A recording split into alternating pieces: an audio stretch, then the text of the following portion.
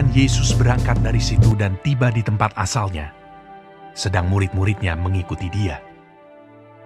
Pada hari Sabat, ia mulai mengajar di rumah ibadat, dan jemaat yang besar takjub ketika mendengar dia, dan mereka berkata, "Dari mana diperolehnya semuanya itu? Hikmat apa pulakah yang diberikan kepadanya? Dan mujizat-mujizat yang demikian, bagaimanakah dapat diadakan oleh tangannya?" Bukankah ia ini tukang kayu? Anak Maria, saudara Yakobus, Yoses, Yudas, dan Simon? Dan bukankah saudara-saudaranya yang perempuan ada bersama kita? Lalu mereka kecewa dan menolak dia. Maka Yesus berkata kepada mereka, "Seorang nabi dihormati di mana-mana, kecuali di tempat asalnya sendiri, di antara kaum keluarganya dan di rumahnya." Ia tidak dapat mengadakan satu mujizat pun di sana, kecuali menyembuhkan beberapa orang sakit dengan meletakkan tangannya atas mereka. Ia merasa heran atas ketidakpercayaan mereka. Lalu Yesus berjalan keliling dari desa ke desa sambil mengajar. Ia memanggil ke-12 murid itu dan mengutus mereka berdua-dua. Ia memberi mereka kuasa atas roh-roh jahat dan berpesan kepada mereka supaya jangan membawa apa-apa dalam perjalanan mereka kecuali tongkat, roti pun jangan, bekal pun jangan, uang dalam ikat pinggang pun jangan. Boleh memakai alas kaki, tetapi jangan memakai 2 baju. Katanya selanjutnya kepada mereka, "Kalau di suatu tempat kamu sudah diterima dalam suatu rumah, tinggallah di situ sampai kamu berangkat dari tempat itu. Dan kalau ada suatu tempat yang tidak mau menerima kamu, dan kalau mereka tidak mau mendengarkan kamu, keluarlah dari situ, dan kebaskanlah debu yang di kakimu sebagai peringatan bagi mereka." Lalu pergilah mereka memberitakan bahwa orang harus bertobat, dan mereka mengusir banyak setan, dan mengoles banyak orang sakit dengan minyak, dan menyembuhkan mereka. Raja Herodes juga mendengar tentang Yesus, sebab namanya sudah terkenal, dan orang mengatakan, Yohanes Pembaptis sudah bangkit dari antara orang mati, dan itulah sebabnya kuasa-kuasa itu bekerja di dalam dia. Yang lain mengatakan, "Dia itu Elia." yang lain lagi mengatakan, Dia itu seorang nabi, sama seperti nabi-nabi yang dahulu. Waktu Herodes mendengar hal itu, ia berkata, "Bukan, dia itu Yohanes yang sudah kupenggal kepalanya dan yang bangkit lagi." sebab memang Herodeslah yang menyuruh orang menangkap Yohanes dan membelenggunya di penjara berhubung dengan peristiwa Herodias, istri Filipus saudaranya, karena Herodes telah mengambilnya sebagai istri. Karena Yohanes pernah menegur Herodes. "Tidak halal engkau mengambil istri saudaramu." Karena itu, Herodias menaruh dendam pada Yohanes dan bermaksud untuk membunuh dia, tetapi tidak dapat, sebab Herodes segan akan Yohanes, karena ia tahu bahwa Yohanes adalah orang yang benar dan suci, jadi ia melindunginya. Tetapi apabila ia mendengarkan Yohanes, hatinya selalu terombang-ambing. Namun ia merasa senang juga mendengarkan dia. Akhirnya tiba juga kesempatan yang baik bagi Herodias. Ketika Herodes pada hari ulang tahunnya mengadakan perjamuan untuk pembesar-pembesarnya, perwira-perwiranya, dan orang-orang terkemuka di Galilea. Pada waktu itu, anak perempuan Herodias tampil lalu menari, dan ia menyukakan hati Herodes dan tamu-tamunya. Raja berkata kepada gadis itu,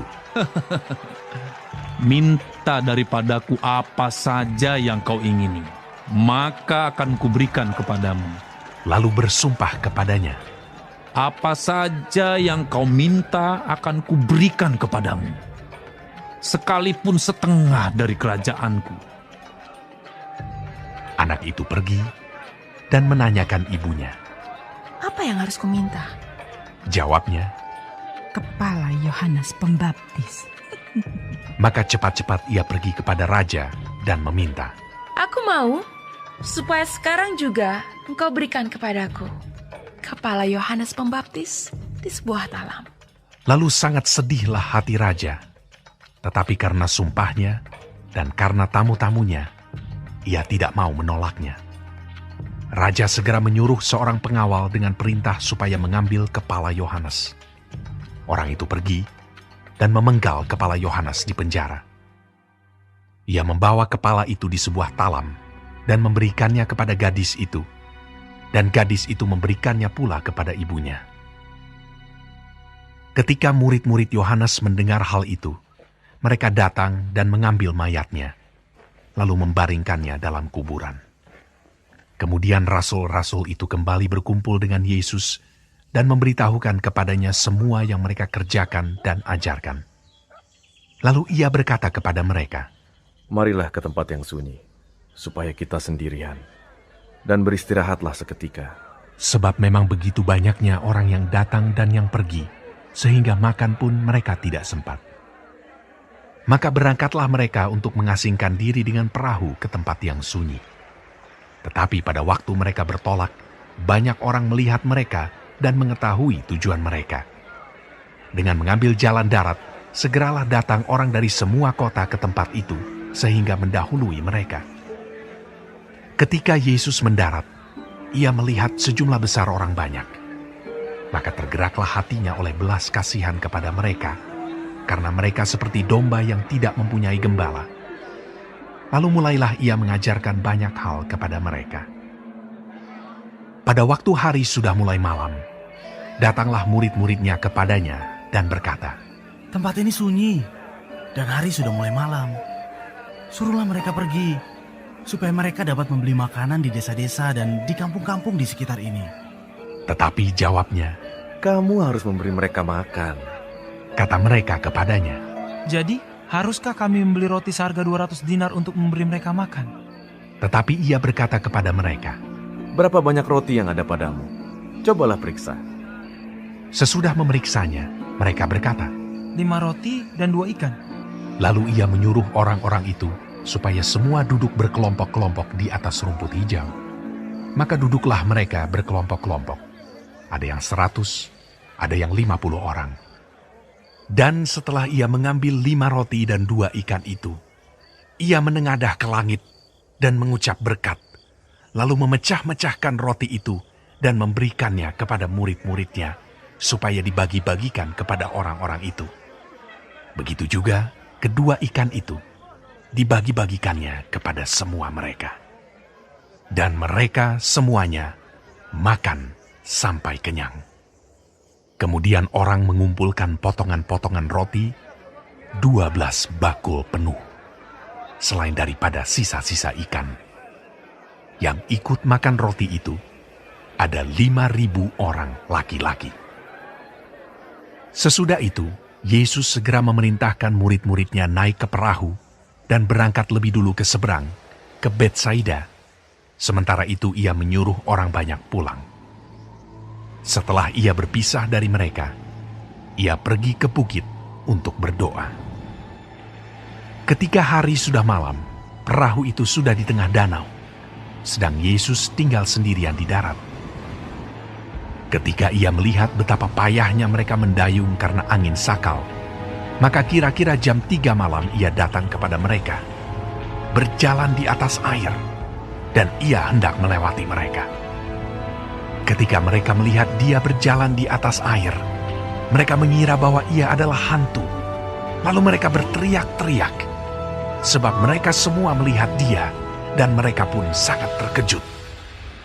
Tetapi segera ia berkata kepada mereka, "Tenanglah, aku ini, jangan takut."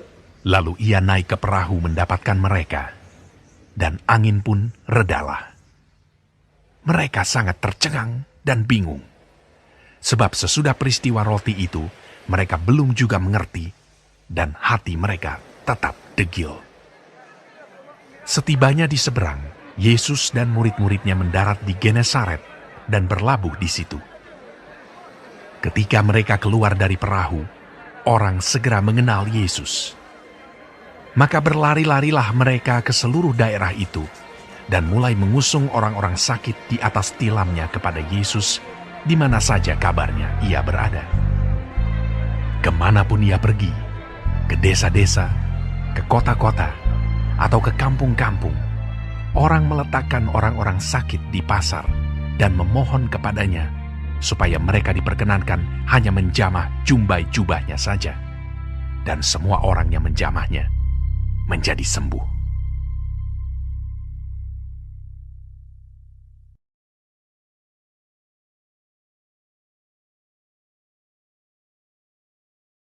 Shalom semua jemaat Tuhan. Kembali kita di dalam pendalaman Alkitab Clear Sight. Sekarang kita sudah memasuki kitab Markus 6. Tuhan Yesus memberkati. Di dalam ayat 1-5, Yesus ditolak di Nazaret. Yesus meninggalkan Nazaret sebagai tukang kayu dan ia kembali ke sana sebagai rabi, lengkap dengan murid-muridnya. Saat Yesus mengajar di rumah ibadat, mereka kagum akan hikmat dan pengetahuan Tuhan Yesus. Mereka tidak percaya bagaimana mungkin seorang tukang kayu bisa mengajar seperti itu. Dan mereka mengira sangat mengenal keluarga Tuhan Yesus dan bukan dari kalangan atas. Yesus menerima penolakan itu, dan itu adalah harga yang harus dibayar. Penolakan orang Nazaret untuk tidak percaya kepada Yesus membuat Yesus tidak mengadakan banyak mujizat di sana. Karya Tuhan bukan untuk ditonton, tetapi untuk diimani. Di dalam ayat 6-13, Yesus mengutus ke-12 rasul. Penolakan orang banyak untuk mempercayai Yesus membuat Yesus mengajar dan melatih murid-muridnya. Dan ini merupakan persiapan penting bagi murid untuk pelayanan di masa-masa yang akan datang. Yesus mengutus murid-muridnya pergi berdua-dua. Ini mengajarkan kita tentang pentingnya persekutuan dan kerjasama dalam melayani Tuhan. Dua orang tentu bisa bekerja lebih baik daripada seorang diri. Mereka dapat saling menguatkan. Dan Yesus pun memperlengkapi mereka dengan kuasa atas roh jahat dan tidak boleh membawa perbekalan.